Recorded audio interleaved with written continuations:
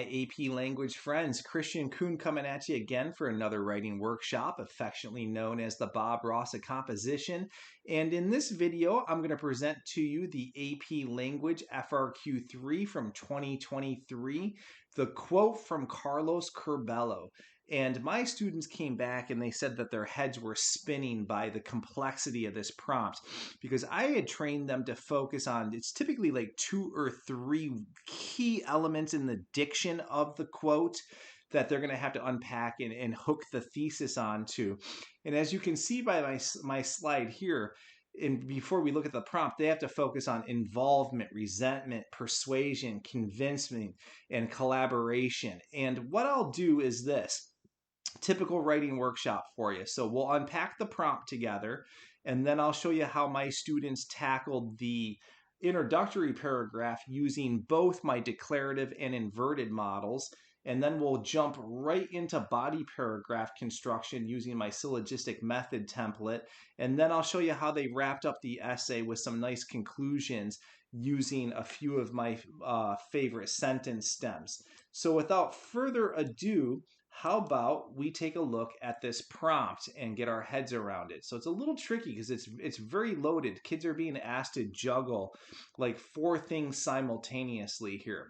So here's the prompt. In a 2018 interview about the importance of collaboration, then United States Representative Carlos Curbelo stated, "If you're trying to convince someone that they need to get involved in an issue or perhaps change their thinking on an issue, trying to scare them is not always effective and can actually sow resentment." So students are going to write an essay and they're going to argue their position with the extent that Curbelo's claim is true with regard to persuading others.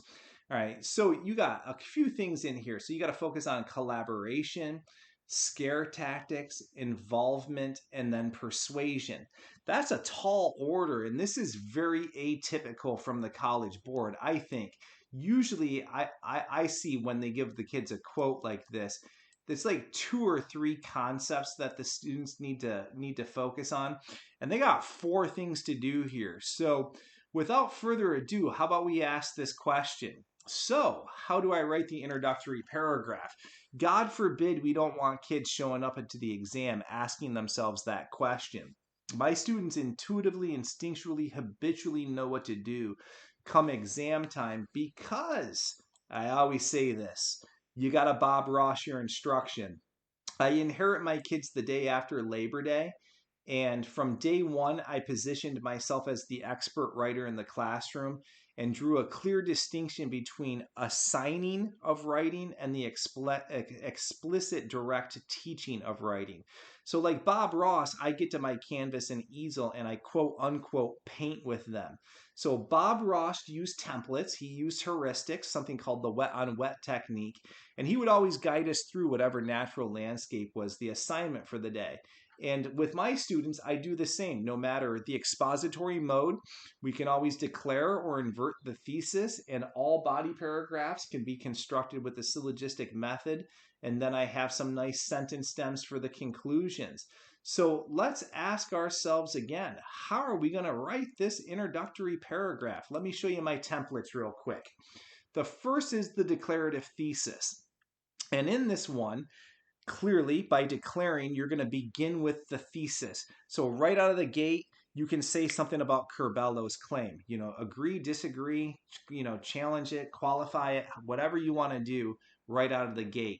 You're also going to need to sprinkle in a little bit of context and background, and that's where you're going to parcel through the 4 key words in the diction. Tier 2 level vocabulary, I just simply mean some nice academic diction in there. So cop and academic tone, run-of-the-mill SAT caliber words. Throughout the course of my academic year, I run a word study academy because the vocabulary void is real, and I think we all know that. So I have a job to do to help fill that void, to get kids to augment their vocabularies exponentially over the academic year. So you'll see my students cop some nice academic diction in their writing. And then the other thing that I like to see is some syntactical flair, sentence constructs. I use a text called Write It Right by Strunk and White. And in Write It Right, they have something called rule number 18, and they make the assertion that there's 12 different ways to cobble together a single sentence. So young, emerging, struggling writers typically over-rely on independent clauses and short, simple declarative sentences. So you get that dot, dot, dot, dot, dot kind of rhythm as you go from sentence to sentence. My kids are going to try to achieve voice rhythm and flow by staggering their sentences, varying their sentences, making real good, intelligent decisions with their syntactical maneuvers so that they're in contention for the sophistication point. And as always, an introductory paragraph when you're using my templates, regardless of expository mode, regardless of whether you declare or invert, it's going to be 4 sentences long. The inverted model, let's just flip this over on its head. You're going to end with the thesis. So that's the only difference. So you choose as the author, you're going to begin or you end. Context, background, tier 2 sentence constructs, 4 sentences. So it doesn't matter. You can begin with the thesis or end. I don't really have a preference either way. So you guys that are familiar with my work, you know that for rhetorical analysis, I encourage my students to declare. Literary analysis, they invert. But for argument, persuasion, synthesis, and research, it's a 50-50 coin flip. All right, so let's look at some examples. I have 3 student exemplars, and we'll unpack each and see how they wield my templates. So this is student number 1. Again, note the vocab, note the sentence constructs, note how they really parcel through the 4 key words from the prompt in order to get anchored in a thesis. And again, there's lots to juggle in this one. In most instances, attempts to topple one from the vantage point of their convictions or attempts to change someone's ingrained behavioral patterns only makes them cling to their existing position with rebellious force. So you can see out of the gate, you really got to get anchored in that diction. You got to focus on the key phrases in the quote and just unpack it, context, background. When change comes in the form of forced coercion, usually the recipient of the pressure develops a resentment that compels them to go in the opposite direction that is being suggested. But when one factors in scare tactics, this tendency to repel this method of convincement only gets magnified. So you can see there in those first 3 sentences, all 4 words are manifest and they're elaborated upon and unpacked. My students typically end with a sentence that looks like this. You lay the seeds for your line of reasoning. You mention what you're going to put in your body paragraphs. So look what this student does. This is especially true of Maurice Sendak,'s 2 most prominent children's books, as well as Vietnam's response to American anti-communist sentiments. So we'll talk about this when we get to the body paragraphs, but my students do 4 paragraphs, intro, 2 bodies, conclusion for all of the FRQs, Lang and Lit. So they just announced what their body paragraphs are going to house. One paragraph is going to be about Maurice Sendak, and the other is going to be about the Vietnam's response to American anti-communist sentiments. So you just drop your lines right there, and then you connect them in the body paragraphs. So you can see clearly articulated thesis statement, vocab up, sentence structures are pretty supple and flowy. And one of the things that my students don't do is parallel their syntax in the introduction unless they have an absolute reason to that they can articulate to me. So let's do that again. Let's see student number 2 and how they approached this complicated prompt. Whether in fact or fiction, many historical brats have come to understand a simple adage: change before you're forced to change. When countries and powerful people have chosen to remain on the sidelines of indolence and passivity, the looming specter of history's backward glance has coaxed many to resentfully take action in spite of their desire not to. Change, especially when a force is deeply wedded to the idea of not changing, usually requires a mighty external force, and sometimes this comes in the form of scare tactics, which always breed a certain degree of disdain. All right, perfect so far. So you can see you really got to focus on those 4 key words in the quote, so that those 3 sentences have to be pretty active. And then last sentence is going to do the same as the first. Drop your lines for the line of reasoning. Leo Tolstoy's War and Peace is a perfect example of this, as is the historical account of John Brown and Harper's Ferry. So again, note the vocab, note the sentence structures, and note the placement of the thesis. So it doesn't matter if it comes first or last. I think for this one, students need to do quite a bit of unpacking of the prompt, of the language of the prompt. So most of my kids said that they inverted the thesis for this particular one. But that's the glory of having a couple of templates. They have choices, and then they know how to proceed and which to wield in particular instances.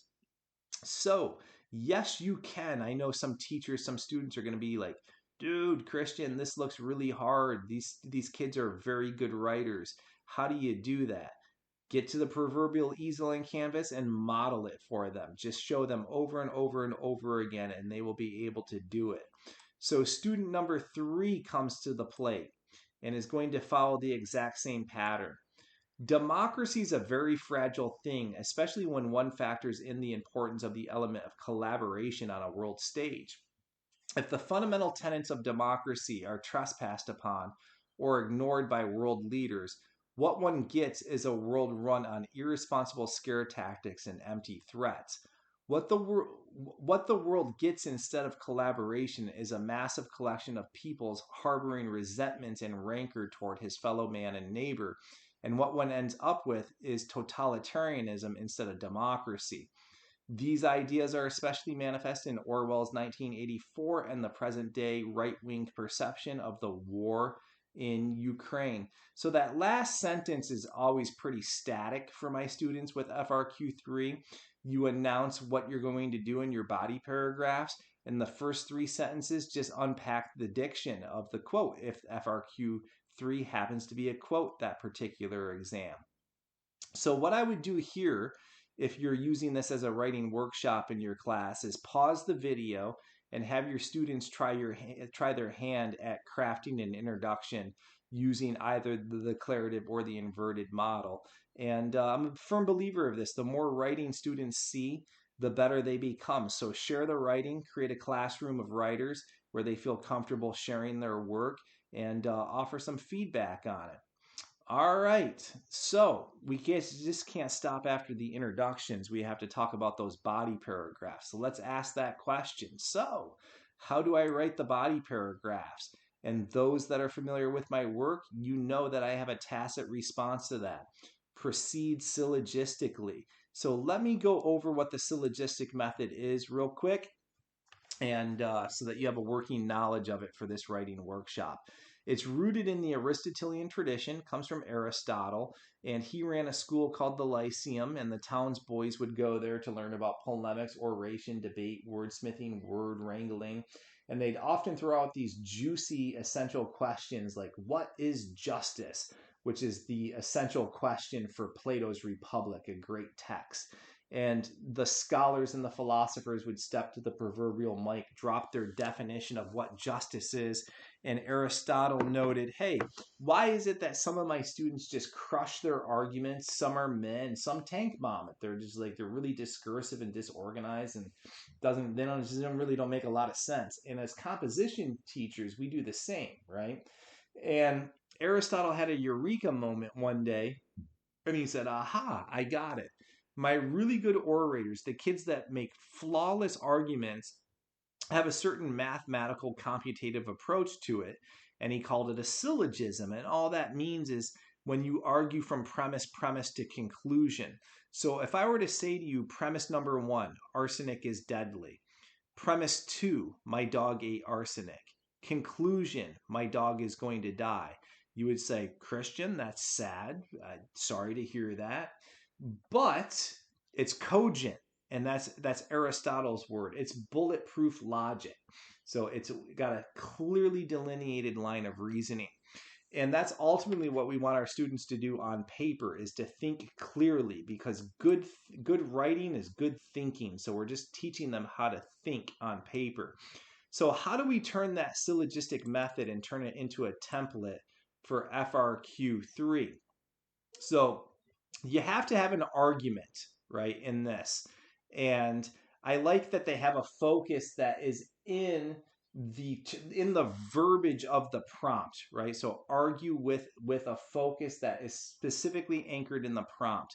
Textual support is a little odd here because it comes from recall, and we know kids can use virtually anything they want to for this. Pop culture, movies, music, politics, history, literature, you name it. Sky's the limit. And then the conclusion is the textual analysis. This is where we have to make the link all the way back to Curbelo and basically state our claim. Are we agreeing with him? Are we disagreeing with him? Are we qualifying it? So all of this is going to take 10 to 12 sentences. The first premise, always, always, always, always with my template, is going to be 3 sentences long. We know on FRQ3 that the College Board states your argument must be central. And I want this argument to be central, so I don't want them in sentence 1 or 2 getting into their textual support, because otherwise it just becomes summative, right? They're just summarizing something. It reads like a Cliff Note summary. We want them to be arguing. So I like it when they take 3 sentences to do that. So you might be asking yourselves, Christian, what does this first premise look like? Give us an example. Show us. So here is an example. And again, 3 sentences, and really get it anchored in the prompt. So this is what student number 1 did. Given that every society is so pluralistic, whether it be on a local or global stage, collaboration is essential if harmony and peace are to be achieved. But as history and literature has shown many times, there often is an outlier who stirs the pot and ultimately topples any sense of equilibrium. A common response to reel in such characters, unfortunately, because it seldom works, are scare tactics. Right? So again, you got to stay very anchored in that prompt. And then starting in the 4th sentence, you get into your textual support. So let's recap real quick. 3 sentences, all right, to center the argument. Okay, center that argument in 3 sentences. So from here, what I do, if I open up the lid of my brain so that you can get a sense of how I cobble essays together, and my students as well, is we go textual support hunting. You kind of have to think first what you're going to include as your example in that body paragraph. And as you saw with the introductory paragraphs, all the students know where they're going. So at this stage of the game, when you're done with the first premise, pause. And I have one word for this: specificity. You got to get really, really, really specific and detailed and make sure you're hammering the prompt. And the other thing is this, and you've heard me say this in my other videos, students need to keep the promise of the first premise. So whatever is promised in those first 3 sentences, the textual support needs to be germane and relevant to that. Otherwise, you're going to have a break in your line of reasoning. So let's hop to the 4th sentence and see what my students are doing here. I like little transitions like this. A perfect example of this is the life's work of children's author Maurice Sendak. So a transition into your support. Now, again, stay anchored in that prompt. You got those 4 words that you're focused on, and the textual support needs to connect with those 4 words. Perhaps the most prominent champion of children's God-given rights, his autobiography and interviews shed light on how kids' natural response to scare tactics only lead to the massive harboring of resentments. In an interview with Terry Gross of NPR's podcast Fresh Air, Sendak read a story that he never published, a revisionist tale of his most famous character, Max, from Where the Wild Things Are. While Sendak freely admits that parents should not acquiesce to their child's every tyrannical whimsy, he was vehemently opposed to the use of scare tactics as a method to convince a kid to change their behavior, or as a means to build family collaboration. So again, note those words, those 4 words keep coming into the textual support. In this never-released story, Max rebels against his parents whenever they insist that he cease his play acting and behave more or less in a grown-up fashion. Ever wanting to preserve the pure innocence of childhood, Sendek used the parents' scare tactics against them. While Max grew resentful of his parents' coercion, Sendek bestowed him with the gift of magic, such as equipping Max with a wand and genie lamp. In one instance, Max's bedroom was a total mess because he was staging a play with all of his toys, a play that he desperately wanted his parents to participate in. On the third time his parents entered the room and demanded he clean up, they threatened to cancel his birthday party and deny him birthday cake. Max, in response, turned them into stones so that he could go on playing. So you can see there, you got to get specific with your textual support, detailed as possible. I tell my students, don't go over, 10 to 12 sentences. That's about as far as you want to go for a body paragraph. But we're not done. We have to conclude the thought. We have to bring it all the way back to the prompt and the thesis. And this usually takes about 2 to 3 sentences for my students to conclude the thought of a syllogistic body paragraph. So look what this student did. To get someone off their axis in an effort to collaborate or get involved, resorting to scare tactics never bodes well. As is the case in Sendek's work, especially with little kids, such methods are highly ineffective and merely squelch the singular thing that makes kids so special. I really like that. That stayed cogent, the line of reasoning's intact, good academic diction, very focused and anchored in the language of the prompt, and it's very, very good. So I like that one immensely. So the next question is this. What do I do next? Because you just can't write an intro in one body. So here's what you do. You bust out another syllogism, right? So the essay's 4 paragraphs long, and we saw the intro for this Sendek piece. I think they were going to move on and talk about Vietnam. So you just, go with that 3-sentence first premise again. Get as specific as possible. Get anchored in the 4 words of the prompt. Crank, crank, crank, crank, crank, and in the end, 2 to 3 sentences to wrap it all back up. And as I alluded to already, 4 paragraphs, right? Intro, 2 bodies, conclusion. So you've got intro, 2 bodies, but you got to throw a conclusion on it. So let's wrap this essay up. How do my students write their conclusion paragraphs? I like big, thematic crescendos. Kind of like a thematic fireworks display at the end. And I have about 15 sentence stems that my students can draw from.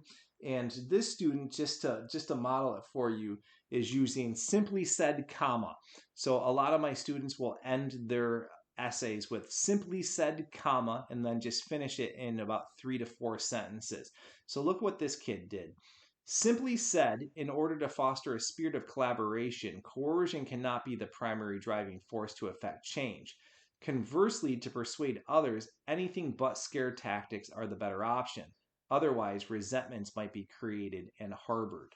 So you just got to go back to the prompt in this and tie it all back. Big thematic focus, really hammer the prompt and make sure that you're,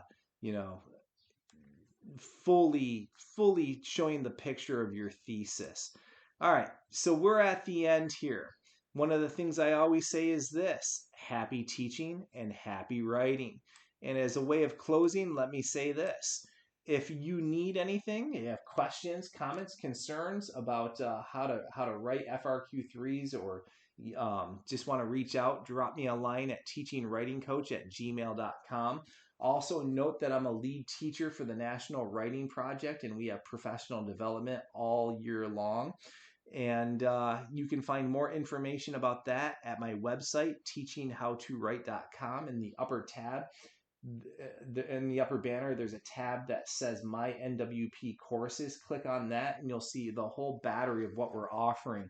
So this summer we have FRQ Boot Camp. We're doing a Lang section and a Lit section. So if you want to really shore up how you teach the FRQs, the composition aspect of the course, come check us out, because this is going to be a fantastic professional development opportunity.